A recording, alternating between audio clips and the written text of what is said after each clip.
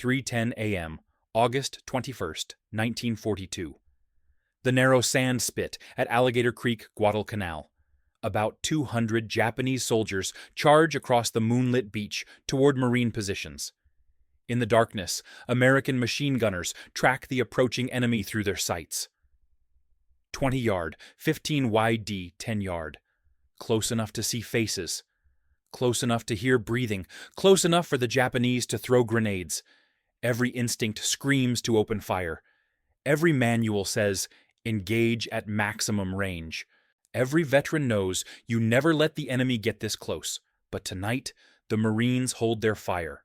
Tonight, they're breaking every rule of defensive warfare because Major General Vandegrift has turned this battle into a mathematics problem. Pre-registered artillery coordinates interlocking fields of fire and 37mm canister rounds, each packed with 122 steel balls waiting in the barrels like giant shotgun shells. The Japanese believe they're about to overrun another American position through superior spirit and night tactics. They have no idea they're walking into the most precisely engineered killing field in Marine Corps history. Sometimes letting your enemy get too close isn't a mistake, it's a trap. Colonel Kona Ichiki stood on the deck of the destroyer Kagaro as it cut through the black waters toward Guadalcanal. His mind consumed by what Japanese commanders had begun calling victory fever. The feeling had swept through the Imperial Army like wildfire since Pearl Harbor, an intoxicating certainty that American forces would crumble under determined assault, just as Chinese troops had broken across a dozen battlefields. Ichiki carried with him the weight of canceled glory. His regiment had been designated for the capture of Midway, a prize that would have restored Japan's momentum in the Pacific. Instead, that operation had been scrubbed, leaving his men hungry for the kind of spectacular victory that would prove Japanese superiority once and for all. The intelligence reports had been encouraging. Aerial reconnaissance on August 12th showed little movement around the American perimeter at Henderson Field. When Ichiki's advance elements landed near 2 Point on August 18th, 25, east of the Marine positions, his radio operators reported back with confidence. No enemy contact proceeding as planned. Higher headquarters had estimated American strength on Guadalcanal at perhaps 3,000 men scattered and demoralized after their hasty landing. The math seemed simple. Ichiki commanded 917 elite troops from the 28th Infantry Regiment. A swift night attack would overwhelm whatever token force the Americans had left to guard their precious airfield. What Ichi could not know, as his men began their march along the coastal road toward Henderson Field, was that Major General Alexander Vandegrift commanded nearly 11,000 Marines on the island. More critically, Vandegrift had spent the past 2 weeks transforming American defensive doctrine in ways that would have seemed impossible to officers trained in traditional Marine tactics. Where Marine Corps manuals emphasized aggressive assault and rapid maneuver, Vandegrift was implementing something revolutionary: defensive warfare as precision engineering. The transformation had begun with terrain analysis. Vandegrift studied the approaches to Henderson Field with the methodical eye of a civil engineer, rather than a conventional military commander. The jungle terrain naturally funneled any eastern approach toward a single crossing point, the mouth of Alligator Creek, where a narrow sand spit provided the only practical ford at low tide. To the north, the ocean offered no concealment. To the south, dense jungle made large unit movement nearly impossible. Any serious attack from the east would have to come across that sand spit. Lieutenant Colonel Edwin Pollock, commanding the 2nd Battalion, 1st Marines, had initially struggled with Vandegrift's defensive concept. Marine doctrine emphasized fire and maneuver-aggressive patrolling, meeting the enemy as far forward as possible. But Vandegrift's plan called for something that felt almost passive, allowing the enemy to approach within grenade range before opening fire. The psychological pressure on individual Marines would be enormous. Every instinct would scream to engage targets at maximum effective range, not to wait until Japanese soldiers were close enough to see their faces. Yet, as Pollock walked the defensive positions day after day, checking fields of fire and weapon placement, the geometric precision of Vandegrift's concept became clear. This was not passive defense. It was mathematical warfare. Water-cooled M197A1 Browning machine guns, positioned with interlocking sectors of fire. Each crew trained to hold their sector, while neighboring guns covered the gaps. Pre-registered mortar concentrations and artillery fires from the 11th Marines, with coordinates measured by daylight so crews could dial in accurate fires in complete darkness. And most critically, 37mm M3 anti-tank guns loaded with M2 canister rounds. Each shell packed with 122 steel balls that would turn the narrow sand spit into a killing funnel. The discipline required was unprecedented. Marine machine gunners were accustomed to engaging targets at 400 to 600 YD when possible. Vandegrift's plan called for holding fire until Japanese forces were within 30 yards, close enough that individual enemy soldiers could throw grenades into Marine positions, close enough that the psychological pressure would test every man's nerve. But at that range, the 37mm canister rounds would function like enormous shotgun blasts, each shell capable of cutting down multiple attackers simultaneously. Private First Class Franks Pomeroy, manning one of the water-cooled Brownings along the creek line, had spent the previous days trying to reconcile this new doctrine with everything he had been taught about marine warfare.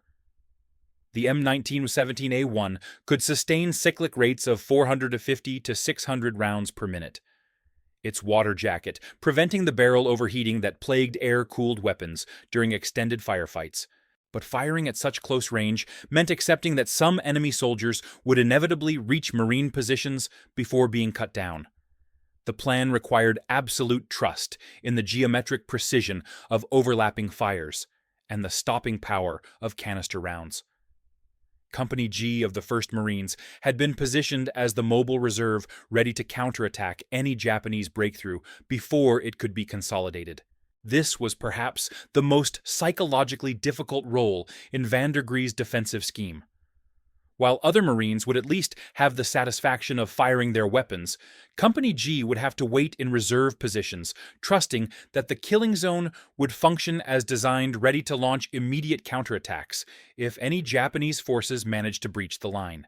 As August 20th turned into August 21st, intelligence reports from coast watchers confirmed that a significant Japanese force was moving west along the coastal road. The Marines settling into their positions along Alligator Creek could not know they were about to participate in a tactical experiment that would reshape American defensive doctrine for the remainder of the Pacific War. They knew only that their commanding general had ordered them to let the enemy get close, closer than any Marine manual had ever contemplated, and trust in mathematics over instinct.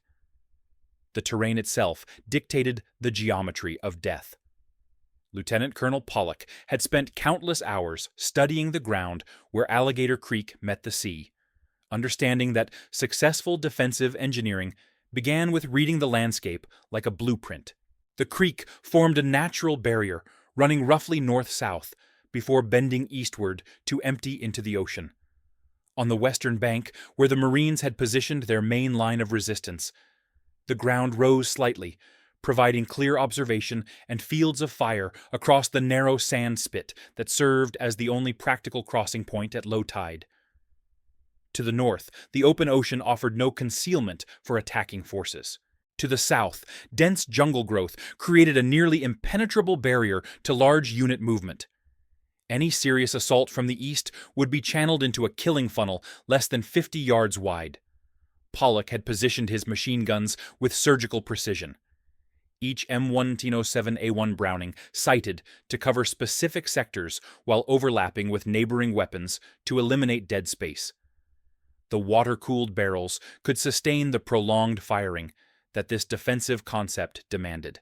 Unlike the air-cooled weapons that would overheat during extended engagements, each gun crew had spent days measuring ranges to key terrain features, marking their aiming stakes for predetermined target reference points. At night, when visual identification became impossible, the machine gunners could traverse their weapons to pre-registered positions and deliver accurate fires based purely on mathematical calculations rather than visual confirmation. The artillery component of Vandegrift's defensive scheme represented perhaps the most sophisticated fire planning the Marine Corps had ever attempted in combat. Forward observers from the 11th Marines had pre-registered concentration points on the eastern bank of Alligator Creek, measuring precise distances and compass bearings during daylight hours.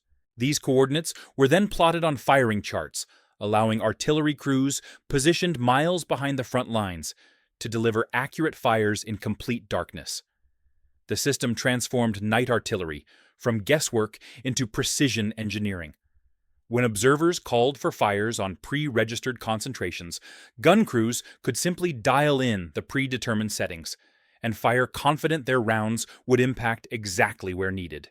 The 37mm anti-tank guns represented the most innovative element of the defensive plan. Designed primarily to engage enemy armor, these weapons were being employed in an infantry support role that exploited their unique capabilities. Each M3 gun was loaded with M2 canister rounds containing 122 steel balls. When fired, these rounds functioned like enormous shotgun shells, creating a cone of destruction that could cut down multiple attackers simultaneously. At ranges of 20 to 30 yards, the canister rounds would achieve maximum effectiveness, with individual steel balls maintaining lethal velocity while spreading to cover the entire width of the sand spit crossing point. The psychological demands of this defensive system exceeded anything Marine training had prepared the men to handle. Private First Class Pomeroy and his machine gun crew had practiced the techniques repeatedly, but the reality of allowing armed enemy soldiers to approach within hand grenade range challenged every survival instinct. The M107A1 could engage targets effectively at ranges of 800 to 1,000 YD under ideal conditions. Waiting until Japanese forces closed to within 30 yards meant accepting that some attackers would inevitably reach positions where they could throw grenades, or even attempt to overrun individual fighting positions before being cut down. Fire discipline became the critical factor that would determine success or failure. Each weapon system had been assigned specific responsibilities within the overall defensive scheme.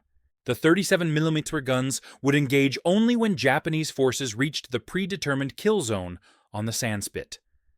Machine guns would hold their fire until the canister rounds had been expended, then open up with interlocking fires to cut down any survivors attempting to continue the assault. Artillery concentrations would target the eastern bank to prevent reinforcements from supporting the initial assault waves. The timing had to be perfect. Opening fire too early would allow Japanese forces to disperse and seek cover. Waiting too long risked being overrun before the defensive fires could achieve their intended effect. Company G, positioned as the immediate counterattack force, represented the final element in Vandegrift's defensive equation.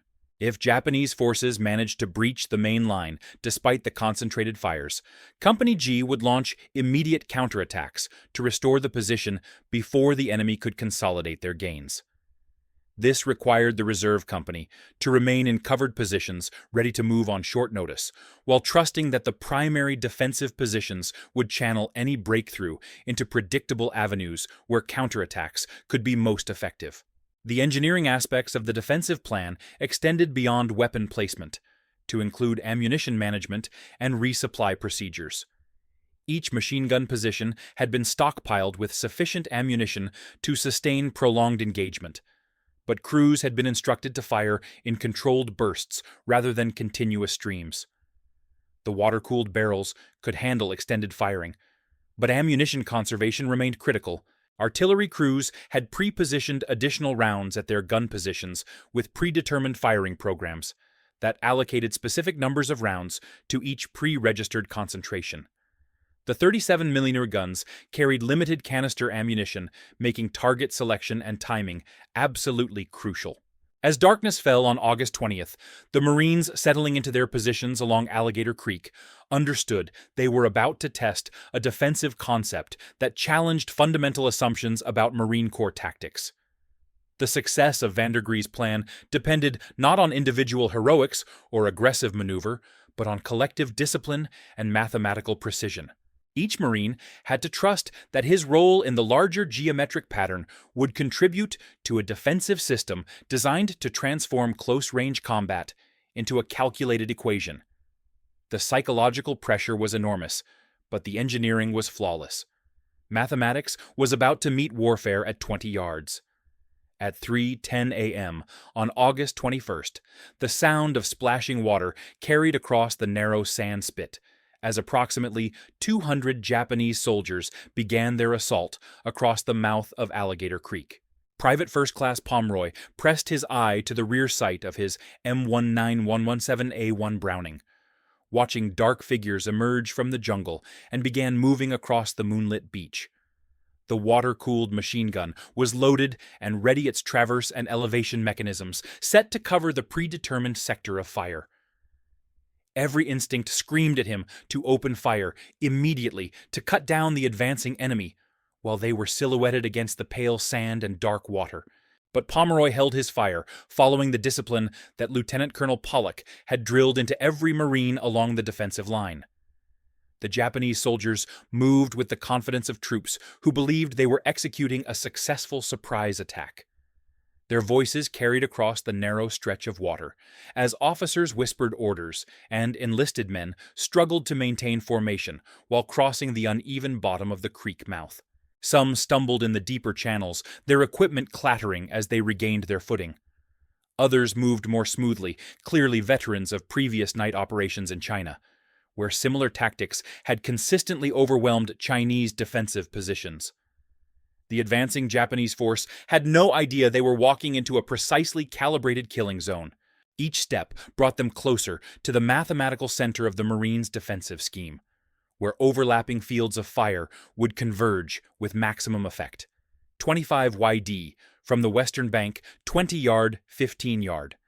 The lead elements of the Japanese assault force were now close enough for individual Marines to distinguish faces in the moonlight. Close enough to hear the breathing of men who believed they were about to overrun another American position through superior spirit and night fighting techniques. At 10 yards, Lieutenant Colonel Pollock gave the order that would test months of preparation and planning.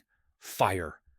The word carried along the defensive line in a controlled shout that triggered the most concentrated burst of firepower the Marine Corps had ever delivered at such close range. The 37mm M3 guns opened first, their canister rounds exploding across the narrow sand spit like enormous shotgun blasts. Each M2 canister shell released 122 steel balls in an expanding cone of destruction that swept across the width of the crossing point, cutting down multiple attackers simultaneously. The effect was immediate and devastating. Japanese soldiers who had been advancing in formation were suddenly scattered across the sand, their assault momentum shattered by the precisely timed canister fire. But the Marine defensive plan was only beginning to unfold.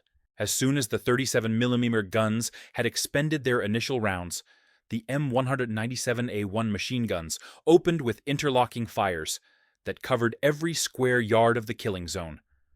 Pomeroy pressed his trigger and felt the familiar vibration of the water-cooled weapon cycling at its sustained rate of 450 rounds per minute. The gun's traverse mechanism allowing him to sweep his assigned sector while neighboring crews covered the gaps. The Japanese assault, which had begun with the disciplined confidence of elite infantry executing a proven tactic, dissolved into chaos as the mathematical precision of the American defensive fires took effect. Soldiers who had survived the initial canister rounds found themselves caught in overlapping machine gun fires that offered no dead space, no covered approaches, no escape routes back to the eastern bank. The geometric perfection of Vandegrift's defensive plan was revealing itself in the most brutal terms possible. Yet even this concentrated firepower could not stop every attacking soldier. Some Japanese troops, driven by training and desperation, continued advancing through the defensive fires and reached the western bank of Alligator Creek. A few managed to overrun individual Marine fighting positions, their bayonets and grenades creating small breaches in the defensive line. For a moment, the mathematical perfection of the defensive scheme seemed threatened by the unpredictable variables of individual courage and random survival. This was precisely the contingency that Vandegrift and Pollock had anticipated. Company G, held in reserve behind the main defensive line, received orders to counterattack immediately. The reserve Marines moved with practiced efficiency, their advance covered by continued machine gun fires that prevented Japanese forces from consolidating their small gains. The counterattack was swift and decisive, clearing the few Japanese soldiers who had reached the western bank before they could establish any meaningful foothold or signal their success to reinforcements waiting on the eastern side of the creek. The mathematics of defensive warfare were proving themselves in real time, but the night's action was far from over. As Company G restored the integrity of the main defensive line, Japanese mortars and 70mm infantry guns on the eastern bank began pounding the Marine positions with indirect fires. The enemy commanders, realizing that their initial assault had failed catastrophically, were attempting to suppress the American defensive fires long enough to organize a second attack. Mortar rounds crashed among the Marine fighting positions, their explosions illuminating the battlefield in brief, hellish flashes that revealed the extent of Japanese casualties scattered across the sand spit. The incoming indirect fire tested the nerve of individual Marines who had to maintain their positions, while mortar fragments whistled overhead and 70mm shells impacted along their defensive line. Pomeroy hunched over his machine gun, continuing to scan his sector for signs of renewed assault, while trying to ignore the explosions that seemed to walk closer to his position with each salvo. The water jacket of his M19 W17A1 had grown hot from sustained firing, but the cooling system was functioning perfectly, allowing him to maintain accurate fires without the barrel overheating problems that plagued air-cooled weapons. The first phase of the Battle of Alligator Creek had demonstrated the lethal effectiveness of Vandegrift's defensive engineering, but both sides understood that the night's fighting was not yet concluded. Japanese forces still controlled the eastern bank of the creek, and their indirect fires indicated preparations for additional assault attempts. The Marines had proven their defensive concept worked at close range, but the ultimate test of mathematical warfare versus traditional offensive tactics was still to come. The second Japanese assault began with the methodical precision of commanders who believed they had learned from their initial failure. Another company-sized force, approximately 150 men, approached the same narrow sandpit, where their comrades had been slaughtered less than an hour earlier. But rather than acknowledging the fundamental flaws in their tactical approach, the Japanese officers had concluded that insufficient numbers and coordination had caused their defeat. They moved with renewed determination, convinced that a larger force advancing in better formation would overwhelm the American defensive positions through sheer weight of attack. Private First Class Pomeroy watched the new assault develop through his machine gun sight, noting how the advancing Japanese soldiers stepped carefully around the bodies of their fallen comrades scattered across the sand. The enemy formation looked more disciplined than the first wave, with officers maintaining better control and soldiers advancing in more coherent lines. But from his position behind the M19 W17A1, Pomeroy understood what the attacking Japanese could not.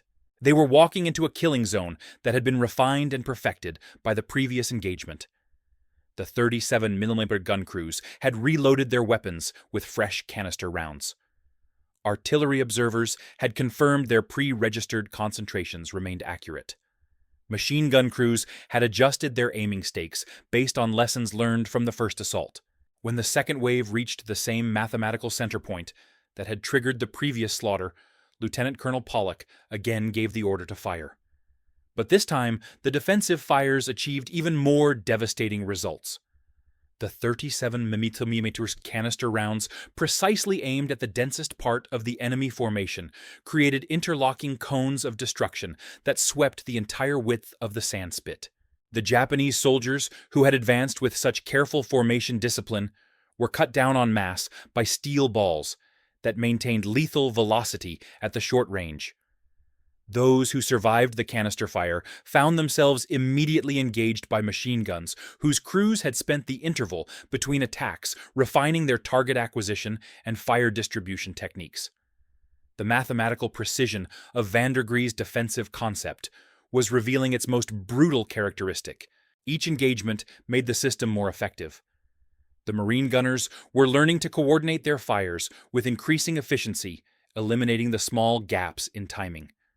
Delays that had allowed a few Japanese soldiers to reach the western bank during the first assault.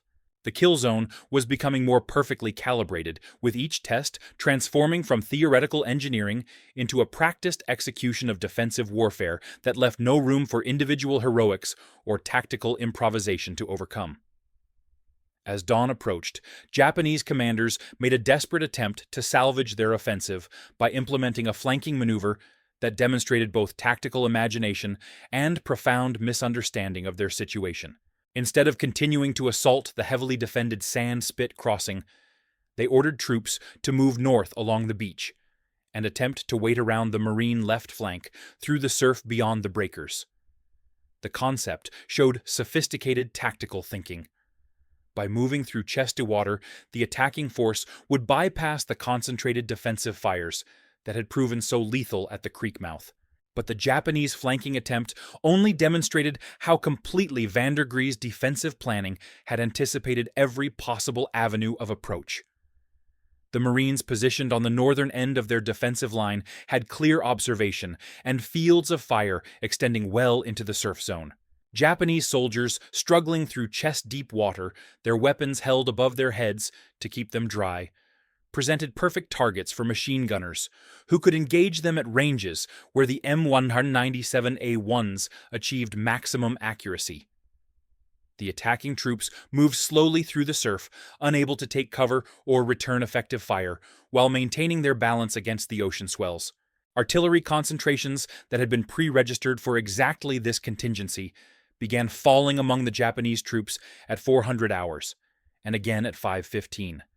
The explosive shells creating geysers of water and sand that added to the chaos of men already struggling to maintain formation in the surf.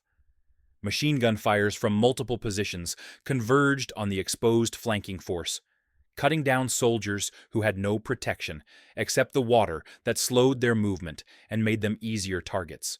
The flanking attempt, which might have succeeded against a conventionally deployed defensive line, became another mathematical demonstration of how geometric precision could neutralize tactical innovation.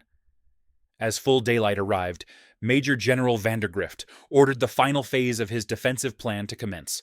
The 1st Battalion, 1st Marines under Lieutenant Colonel Creswell, began moving upstream to cross Alligator Creek at a dry ford approximately $3,000 YD inland from the coastal fighting. This maneuver represented the culmination of Vandegrift's engineering approach to warfare. Having used defensive fires to fix and destroy the enemy assault forces, he was now deploying a mobile element to collapse the entire Japanese position through envelopment. Creswell's battalion crossed the upper creek without opposition and began sweeping down the eastern bank, their advance coordinated with artillery fires that prevented Japanese forces from establishing new defensive positions or organizing an orderly withdrawal. The enveloping force moved with methodical precision, their advance covered by the same pre-registered artillery concentrations that had supported the defensive phase of the battle. At approximately 3,000 Tollund YD inland, the Marines pivoted toward the beach, trapping the surviving Japanese forces in a collapsing pocket with no escape routes except the same killing zone that had already proven lethal. The arrival of Marine tanks crossing the sandbar in daylight marked the final integration of Vandegrift's combined arms approach. The armor, which had been held in reserve during the night, fighting to avoid fratricidal incidents in darkness, now moved across the contested ground to provide direct fire support for the infantry advance.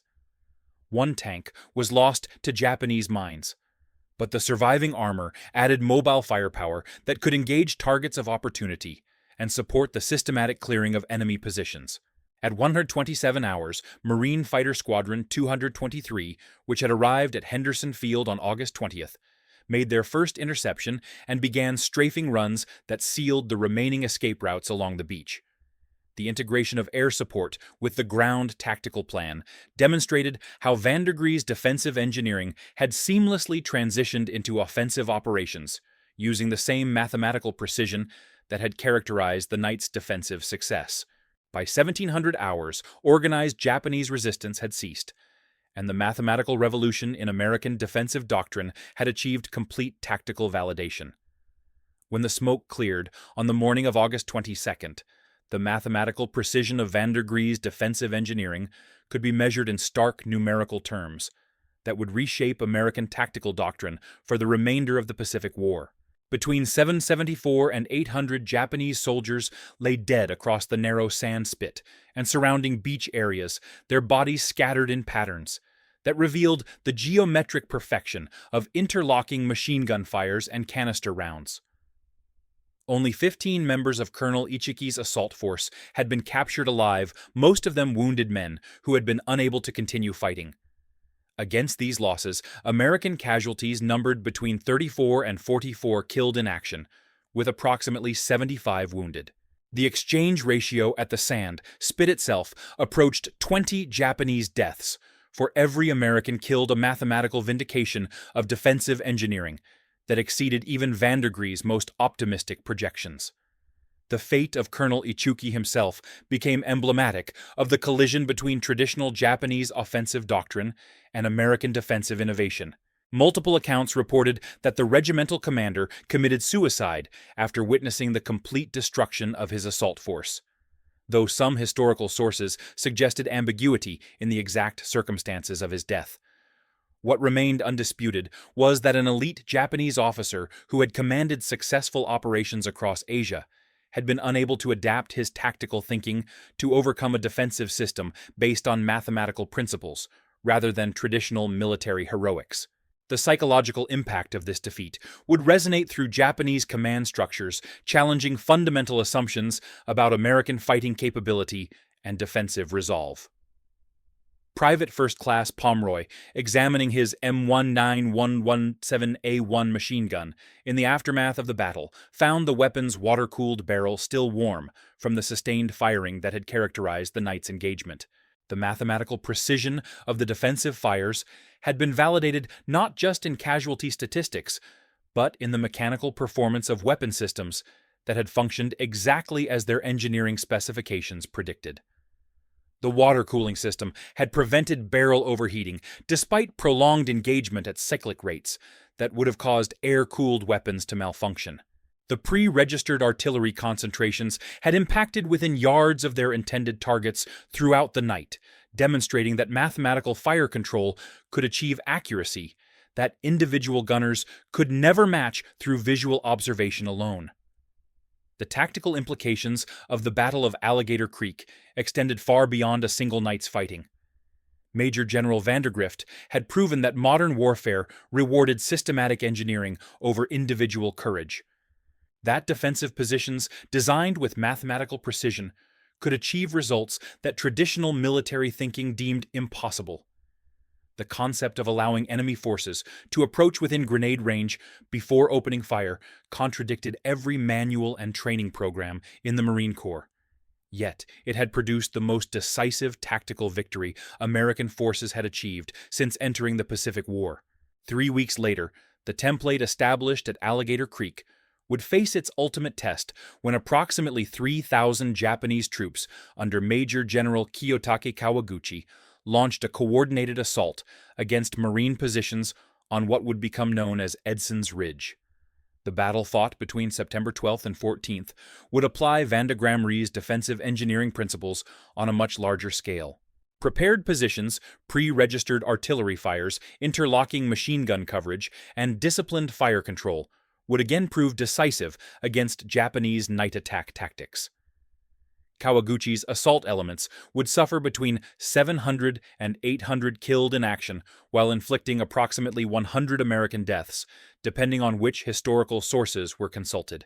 The mathematical relationship between defensive engineering and tactical success would hold constant even as the scale of combat increased dramatically.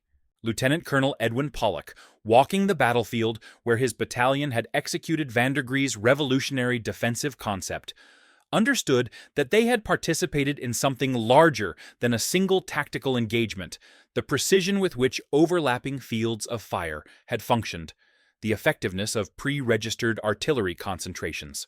and the devastating impact of canister rounds at close range had demonstrated that warfare could be reduced to mathematical equations when commanders possessed sufficient discipline to implement systematic engineering principles.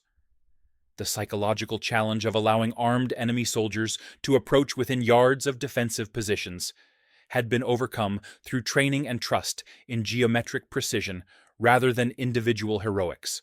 The broader strategic implications of the battle would influence American defensive doctrine throughout the Pacific theater. Island garrisons from Tarawa to Ioima would apply lessons learned at Alligator Creek, using mathematical fire planning and geometric positioning to achieve tactical results the traditional defensive thinking could never have accomplished. The concept of trading space for mathematical certainty, allowing enemy forces to enter predetermined killing zones where defensive fires could achieve maximum effectiveness, would become standard procedure for American forces facing Japanese assault tactics. Jacob Vioza, the Solomon Islander, whose intelligence had enabled the Marines to prepare their defensive trap with such precision, represented the human element that had made mathematical warfare possible. His capture and torture by Japanese forces, followed by his escape and warning to American commanders, had provided the tactical intelligence necessary to implement Vandegrift's defensive engineering at exactly the right time and place. Without Vuza's information about Japanese troop strength and intended routes of approach, the geometric perfection of the Marine defensive plan might have been wasted on an empty battlefield. The final lesson of Alligator Creek was perhaps the most profound. They had won because they turned a night attack into a numbers problem and solved it at 20 yards. Traditional military wisdom emphasized meeting enemy forces as far forward as possible, engaging targets at maximum effective range, preventing the enemy from closing to decisive combat distances. Vandegrift's revolutionary approach had deliberately violated every principle of conventional defensive doctrine, using mathematical precision to transform close-range combat from a test of individual courage into a calculated equation where geometric positioning and coordinated fires guaranteed tactical success. The age of defensive engineering had begun, and it would reshape the nature of infantry combat for the remainder of the